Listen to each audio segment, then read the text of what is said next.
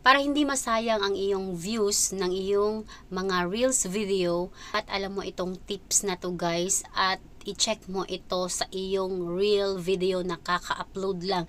Kasi guys, nag-upload ako ngayon ng video, kaya gusto ko itong i-share agad kasi baka malimutan ko kapag hindi ko pa ito ginawa ngayon. So, kanina guys, since trending ngayon yung solar eclipse, so nag-upload ako ng video sa aking reels regarding sa solar eclipse. Nagtaka ako kasi guys, pagka-upload ko, nagluto ako. So, iniwan ko na lang muna siya. After 1 hour guys, chinek ko siya ulit. Nagkaroon na po siya ng views na 6.9k views in 1 hour. So, chinek ko agad ang aking earnings. Ganyan kasi ako guys, at ganyan yung ugaling gagawin nyo guys kapag kayo ay nag-upload ng iyong reels video. Pakiramdaman mo, tingnan mo kapag nakatungtong na ng 1k views ang iyong reels, check mo ang earnings niyan kung gumagalaw ba o hindi.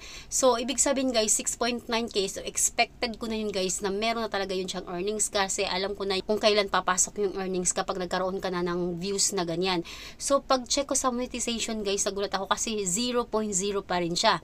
Kapag meron kayong ganyang reels video guys na 0.00 pa rin siya pero nakalagpas ka na ng 2k views, magtaka ka na, i-check mo ang iyong title, i-check mo ang caption, i-check mo ang iyong video. Pakiramdaman mo. So yun siya guys, iniisip ko, ano ba ang mali? Ang title talagang iniisip ko. Kasi ang nilagay ko doon is saksihan nyo kung hindi mo pa nakita ang eclipse. Ang inisip ko, baka yung word na eclipse. Alam nyo naman kasi guys, lalo na kapag ang ina-upload nating video ay regarding sa calamity, mga pangyayari, ay kailangan po natin talaga yung bantayan kasi alam naman mahigpit si ang Colmet sa mga ganyan. Binabantayan ko talaga pag mga ganyan.